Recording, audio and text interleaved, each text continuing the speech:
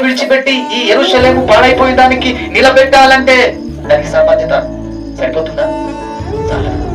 కాబట్టి ఈయనలో దేవుని వస్తుంది కనుక నెహెమ్యా గారు అంత చక్కటి మరి యెరూషలేముని మరి చూడు చెర నుండి వచ్చినటువంటి 3వ తరానికి కూడా నాయకుడిగా ఉండి నడిపించి కట్టగలిగాడు. ఎందుకు ఆ ప్రయాసం వచ్చిందంటే దేవుల్లో ఉన్న వారికి నీవు దేవుల్లో ఎలా ఉన్నావు? దేవుళ్ళు ఉన్న వారికి ఈ సామర్థ్యత ఉంటుంది, ఈ ప్రయాసం ఉంటుంది. నిలబడతాడు, కష్టమైన నిలబడతాడు. నెహెమ్యా నిలబడ్డాడా లేదా? నిలబడ్డాడు. నష్టమని నిలబడ్డాడు. చివరికి 52 రోజులనే కట్టేశారు. అంటే క్రైస్తవుడిగా నేను మనం ఆలోచించవలసింది ఏంటంటే మనం ఎలా ఉన్నాం, దేవుళ్ళు ఎలా ఉన్నాం, మన భక్తిలో ఎలా ఉన్నాం, మన క్రియలో ఎలా ఉన్నాం, మనం ఎలా ఉన్నాం ఆత్మ జీవితంలో అని ప్రశ్న తీసుకోవాలి.